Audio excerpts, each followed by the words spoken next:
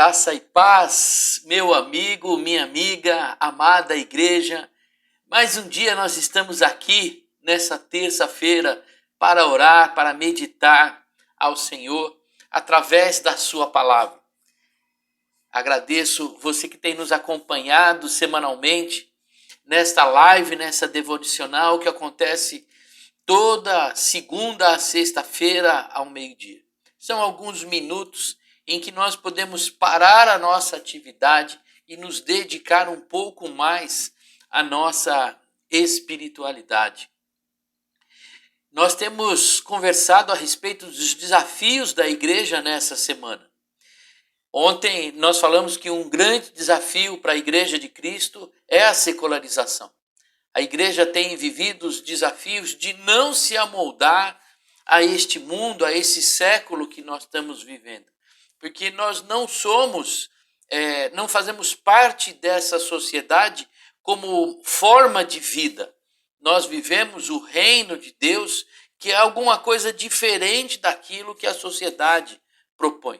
Está baseado o reino de Deus na cosmovisão do próprio Deus vivido através de Jesus Cristo, e não segundo a cosmovisão da serpente ou de Satanás ou do próprio mundo que foi vivido e construído a partir do modelo de Adão, quando se rebelou contra a vontade de Deus. Por isso que um dos desafios que nós estamos vivendo como Igreja de Cristo, não é nos amoldarmos a esse mundo.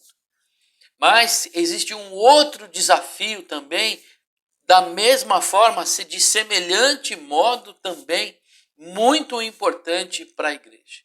E esse desafio é não fugirmos da palavra do Senhor Jesus, não fugirmos da palavra de Deus.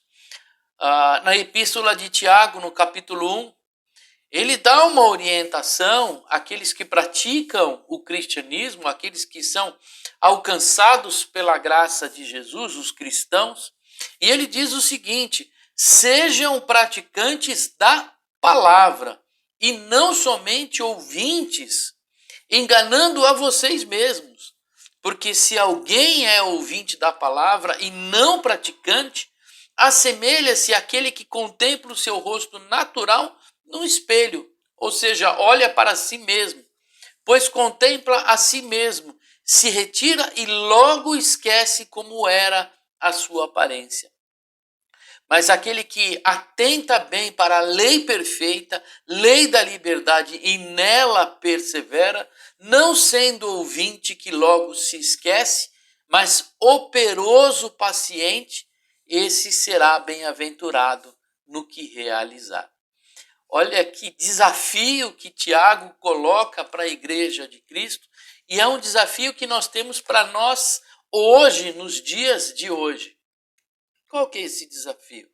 A igreja não pode fugir do centro da palavra de Deus. Este é um desafio que tem derrubado muito a igreja, tem prejudicado muito ao caminhar da igreja. Por quê?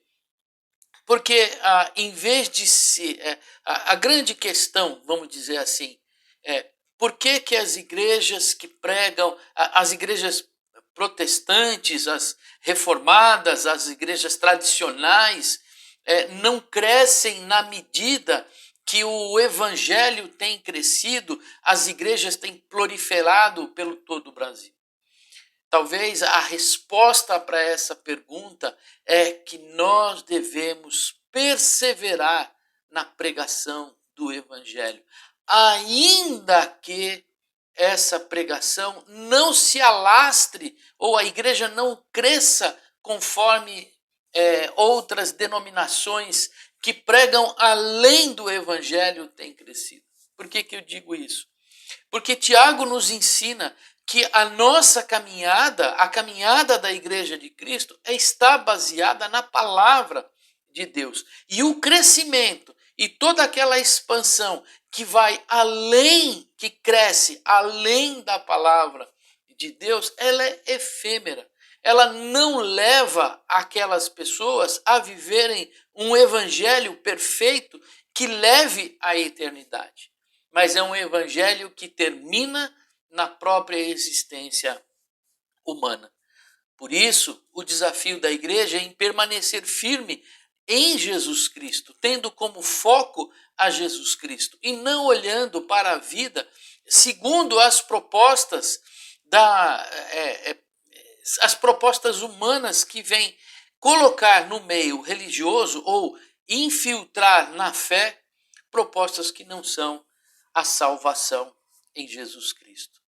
Por isso, o nosso grande desafio da igreja que serve a Jesus Cristo é não deixar de pregar o Evangelho. O Evangelho transforma as pessoas. O Evangelho salva as pessoas. Promessas de bênçãos não salvam pessoas. Promessas de enriquecimento não salvam as pessoas. Promessas de transformação no casamento, na saúde, nada disso leva a pessoa à salvação.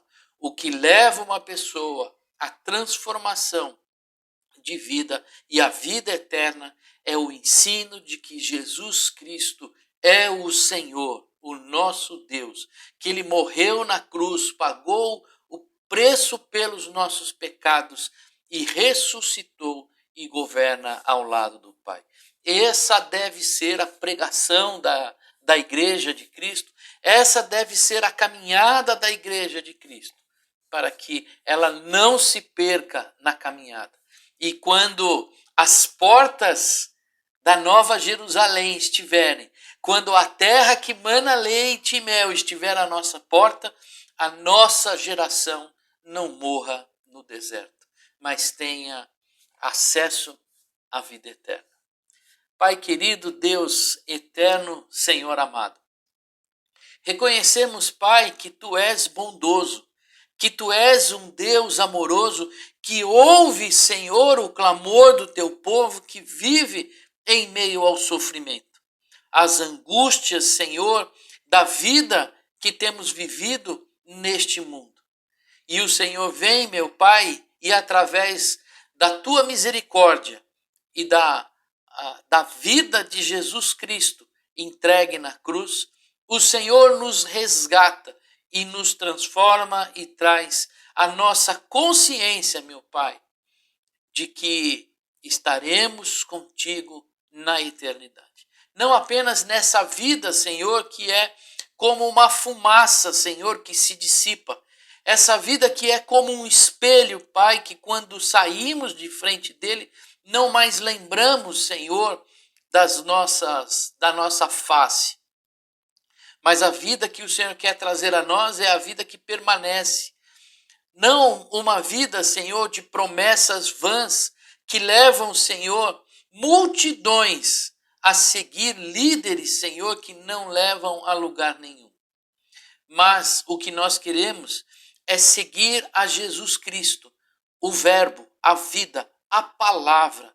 Por isso, Senhor, abre nossos olhos para que sejamos perseverantes em ouvir e praticar a Tua palavra.